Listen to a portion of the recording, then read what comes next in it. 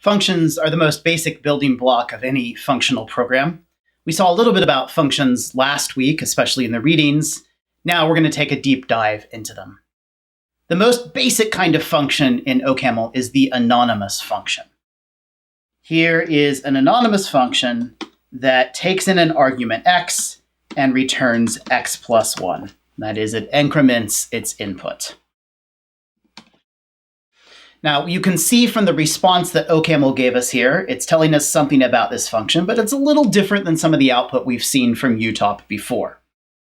The right-hand side of that output says fun in angle brackets.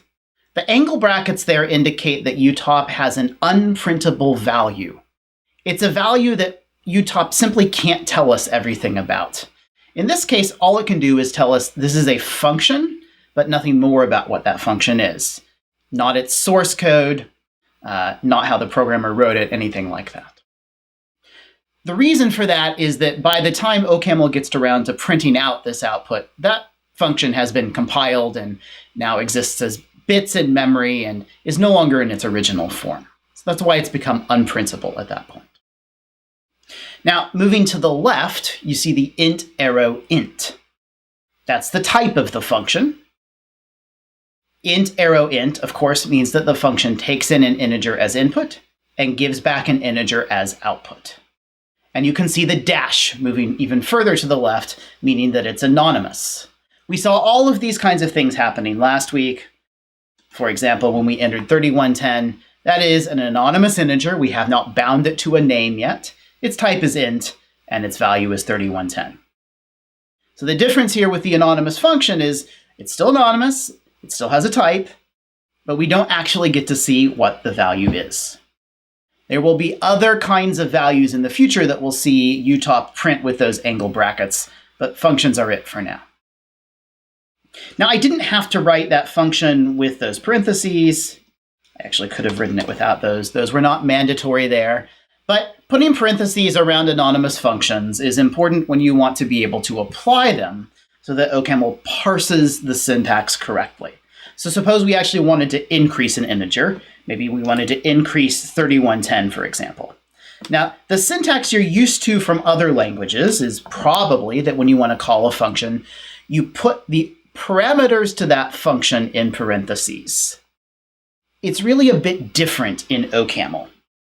In OCaml, function application is just writing the function next to its argument with no extra syntax necessary unless you need to force OCaml to parse some of the syntax in the right way. Okay, so in this case, what I need to do is put parentheses around the anonymous function itself to say, parse this as a single unit, and apply that to the argument 3110. That gets us back 3111. All right, so what's going on here is that left-hand side in parentheses was parsed as the function to be applied. The right-hand side there was parsed as the argument that the function is being applied to, and the function application occurred. You could put in extra parentheses around here, and that might feel a little more normal if you're used to putting parentheses around arguments, but it's not required, and they really ought to be left out on the grounds that adding in extra parentheses only complicates the code. Now, you may need to play around with adding extra parentheses as you get used to OCaml and its syntax, just to figure out how things parse, and that's fine. But try to use as few as possible to keep your code cleaner. Okay, so that was one simple example of a function and how to apply it. That function took a single argument. You can have multiple argument functions as well. Here's an anonymous function that takes in two arguments, x and y. And what does it do? Well, how about we add those two arguments together. And you know what? Let's make this a floating point addition as well, just for variety. So I'll add x and y together with the floating point addition operator. And you know what? Even more interesting, let's maybe make this an average. So let's take the average of the two of those. So divide that by 2. Of course, based on the normal rules of how arithmetic work, I need to put parentheses around the x plus y there. Okay, so now I have an anonymous function that could take the average of two arguments. Of course, I need to put in the dot there for 2 dot to make that a floating point number.